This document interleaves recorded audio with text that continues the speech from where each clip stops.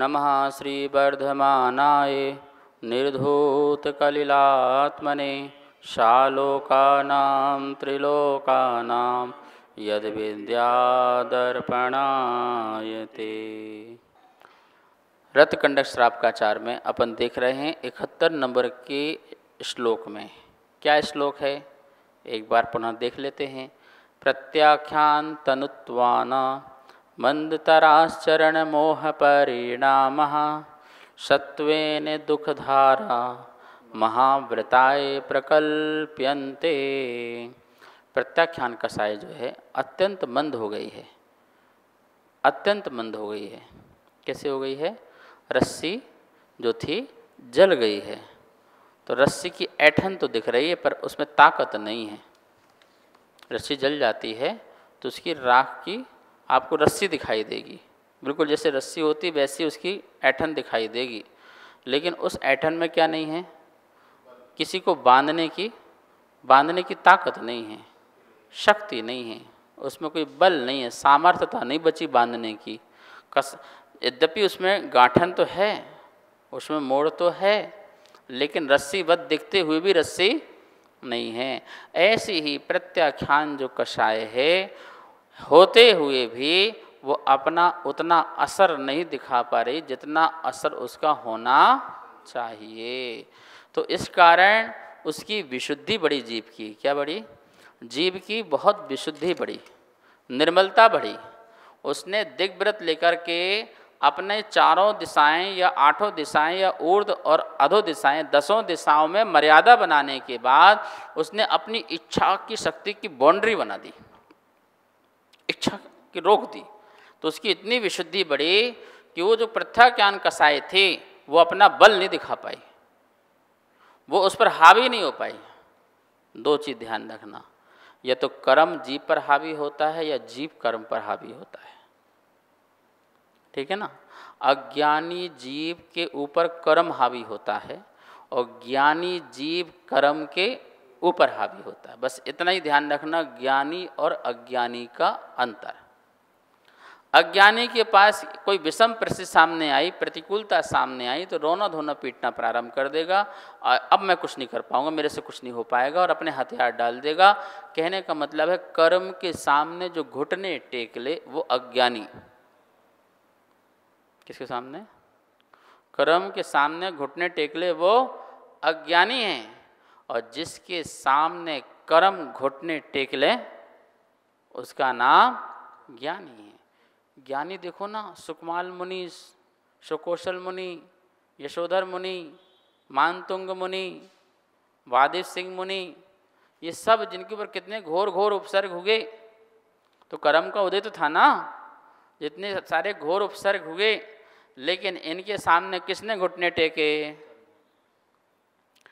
कर्म ने ज्ञानियों के सामने घुटने टेक लिए। हारा कौन? ज्ञानी नहीं, अज्ञानी हारा। कर्म हारा, कर्म हार गया, और ज्ञानी के पास थोड़े कर्म को दिया जाए तो बताओ कौन जीतेगा?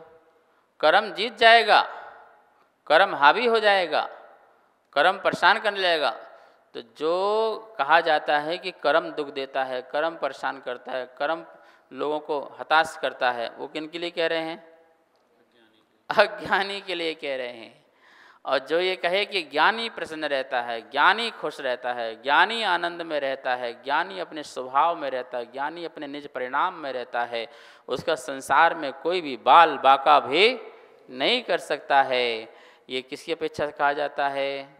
उसने कर्म को नज़रअंदाज कर दिया, एक तरफा कर दिया, अलग कर दिया। आओ कितने कर्मोदय हैं, मेरी चेतना से बलवान तुम नहीं हो सकते।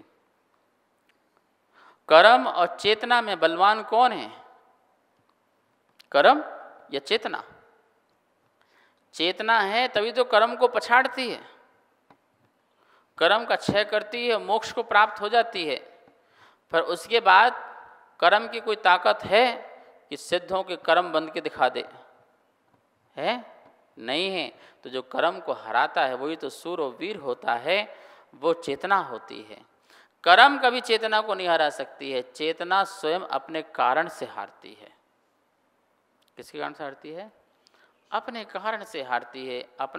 अपने को कमज़ोर बनाती है, अपने को बलहीन बनाती है, अपने को मन से हीन बनाती है, हीन दीन भाव ले आती है, तो वहाँ पर वो कमज़ोर हो जाता है। क्या हो जाता है? कमज़ोर हो जाता है। तो यहाँ कह रहे हैं कि जो कसाय को मंद कर ले, और कसाय मंद कब होगी? कब होगी बताओ? कसाय मंद ज्ञान से होती है। किससे होती है? ज्ञान से होती है। ज्ञान से भेद विज्ञान होता है। भेद विज्ञान के बल से हमारी जो है पर में राग द्वेष की बुद्धि समाप्त होती है। पर के प्रति यह मेरा है ऐसा परिणाम समाप्त होता है। मैं यह हूँ और यह मेरा है, ये दो भाव समाप्त होते हैं। मैं यह हूँ, मैं कौन हूँ? मैं मनुष्य हूँ, मैं इंद्र हूँ, मैं शेठ हूँ, मैं सीए हूँ, मैं इंजीनियर हूँ, मैं ऑफिसर हूँ, मैं बिजनेसमैन हूँ। ये मैं जो है मैं यह हूँ ऐसा जो परिणाम, और यह मेरा है, मेरा नगर मेरा है, मेरा देश मेरा है, मेरा घर मेरा, मेरा परिवार मेरा, ये शरीर मेरा, सब मेरा, सब कुछ मेरा मेरा मेरा। तो यह मैं हूँ, यह मेरा जो संकल्प विकल्प की बुद्धि है, यह बुद्धि जीव को अज्ञानी बनाती है, और यह इस बुद्धि का अभाव उसको ज्ञानी बनाती है, मंद कसाय करती है। तो मंद कसाय का जो जो अभाव होते हो जाएगा, उसमें होने वाले परिणाम में विशुद्धता और निर्मलता प्रकट होगी। आचार्य भगवान यही कह रहे हैं कि देखो प्रतिमाधारी ने अपनी प्रत्याख्यान कसाय को कितना मंद किया, इतना मंद किया कि होते हुए भी उसका अस्तित्व निर्धारण नहीं किया जा सकता। सत्वेन दुख धारा, उसका सत्ता की धारा का पता नहीं किया जा सकता कि वह सत्ता के द्वारा दुख की धारा मिल रही हो, ये पता नहीं किया जा सकता, नहीं पता किया जा सकता। उसके रहते हुए भी उसका अभाव दिख रहा है। क्या हो रहा है? रहते हुए भी क्या हो रहा है? अभाव हो रहा है। शेर है, अब थक हार गया, चल फिर नहीं पा रहा, तुम्हारे बाजू में बैठा हुआ, तुम्हें क्या डर? शेर तो है, अरे शेर है तो है, हमें क्या मतलब? अब ना वो चल पा रहा, ना हर पा, ना थक गया, वो क्या कर लेगा? कुछ नहीं। कषाय है तो है प्रत्याख्यान, लेकिन अब उसमें वो ताकत नहीं रहेगी, अब वो शक्ति नहीं रहेगी। किसके कारण? हमने अपनी निज की शक्ति के कारण ऐसा भाव प्रकट किया, अपने निज पुरुषार्थ के कारण यह चीज़ प्रकट की। सुन लो, पुरुषार्थ किसे कहते हैं? किसे कहते हैं पुरुषार्थ? महाराज जी हम तो सुबह उठते हैं 4 बजे से ऐसे काम में लग जाते हैं, और शाम को 10-11 बजे तक खून पसीना आँख से कर देते हैं, हम इतना पुरुषार्थ करते हैं। ये पुरुषार्थ है? ये पुरुषार्थ? ये तो तुम्हारा श्रम है, ये तो परिश्रम है, ये तो मेहनत है। पुरुषार्थ इसे नहीं कहा गया। पुरुषार्थ कहा गया है कितने भी निमित्त तुम्हारे सामने खड़े हों, लेकिन फिर भी अपनी आत्मा में विकार पैदा नहीं होने देना, इसका नाम पुरुषार्थ है। कितने भी तुम्हारे निमित्त खड़े हो, कोई व्यक्ति तुम्हें चिल्ला रहा हो, चीख रहा हो, क्रोध कर रहा हो, गाली गलौज दे रहा हो, लेकिन फिर भी तुम्हारे अंदर से क्षमा का भाव प्रकट, क्षमा दूर नहीं जा सके, ये तुम्हारा पुरुषार्थ है। ये तुम्हारा मान के कितने सारे साधन खड़े हों कि हाँ यहाँ मेरा मान सम्मान हो सकता था, लेकिन यहाँ क्यों नहीं हुआ? ये सब साधन निमित्त खड़े होते हुए भी अपने में कौन सा भाव? मार्दव का भाव को समाप्त नहीं होने देना, इसका नाम क्या है? पुरुषार्थ है। कितनी जटिलता के साधन खड़े हुए हैं, लेकिन अपने को आर्जो धर्म दूर नहीं होने देना, ये मेरा पुरुषार्थ है। कितने लोभ के सामान पड़े हों, पैसा भी है, धन भी है, संपत्ति भी है, एक से एक दुनिया का सामान पड़ा हो, मकान, धन, दौलत, सब लोभ के साधन पड़े हों, लेकिन ये सब होते हुए भी अपने अंदर का जो शौच भाव है वो नहीं जाने देना, इसका नाम क्या है? पुरुषार्थ है। मतलब क्रोध, मान, माया, लोभ के प्रकट होने के निमित्त कितने भी सामने पड़े हों, उन सब के आने पर भी अपने से उत्तम क्षमा, मार्दव, आर्जव, शौच जो धर्म है उसको विदा नहीं होने देना, उसको दूर नहीं होने देना। इसका नाम क्या है? पुरुषार्थ। इसको अनंत पुरुषार्थी कहा है भाई साहब। कौन सा पुरुषार्थी का है? ये जीव अनंत पुरुषार्थी है। क्यों? अपने को विकार युक्त नहीं होने देता, अपने को मोह युक्त नहीं होने देता है, अपने को राग द्वेष युक्त नहीं होने देता है, अपने को क्रोध मान माया लोभ में लिप्त नहीं होने देता है। यही इसका पुरुषार्थ है। और हम क्या समझते हैं? बहुत पुरुषार्थ करो, बहुत पुरुषार्थ करो। क्या करो? सुबह शाम तक मेहनत करो, गधा मजूरी करो। बहुत पुरुषार्थी आदमी भाई, इससे सब पुरुषार्थी मैंने देखा नहीं। क्या पुरुषार्थी? वो तो क्रोध मान माया में लोभ में लगा हुआ है, तो सुबह शाम तक भाग रहा है, तो लोभ के कारण तो भाग रहा है? तो किसी मंच में जा रहा है तो मान के कारण तो भाग रहा है, ठीक है ना? तो कसाई के लिए भाग रहा है, तो तेरा पुरुषार्थ क्या हुआ? तेरा पुरुषार्थ है लेकिन संसार को बढ़ाने वाला पुरुषार्थ है। लेकिन यहाँ पर जैन दर्शन में पुरुषार्थ संसार को बढ़ाने वाला नहीं, संसार को घटाने वाला कहा गया है, वो पुरुषार्थ है। ठीक है ना? धर्म पुरुषार्थ और मोक्ष पुरुषार्थ ही सच्चा पुरुषार्थ है। कौन सा? धर्म पुरुषार्थ, मोक्ष पुरुषार्थ ही सच्चा पुरुषार्थ है। अर्थ पुरुषार्थ और काम पुरुषार्थ इस संसार का पुरुषार्थ है। इससे क्या गिनती में गिने? ये तो हर जीव भी कर रहा है, त्रियंश भी कर रहा है। वो भी भोजन के लिए सुबह से भागता रहता है, पशु पक्षी भी भागते रहते हैं भोजन के लिए, खाने पीने के लिए, अपनी रक्षा के लिए। वही काम तुम कर रहे हो, तो कौन सा अलग काम कर रहे हो भाई? तुम में और त्रियंश में अंतर क्या है? पशु में और मनुष्य में अंतर क्या रहा? वो भी भोग विलास के लिए सुबह से शाम तक भागता हो, तुम भी भागते हो। तुम दोनों के पुरुषार्थ में क्या अंतर रहा?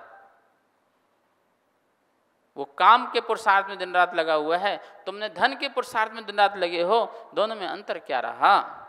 अंतर तो होता एक ही ऐसा कारण है जो पशु और मनुष्य को अलग करता है, वो धर्म पुरुषार्थ। दोनों में पशु और मनुष्य में अंतर डालता है कोई चीज तो एक ही चीज है। वरना देखो, परिग्रह संज्ञा उसके पास है, तुम्हारे पास भी है। मैथुन संज्ञा तुम्हारे पास भी है, उसके पास भी है।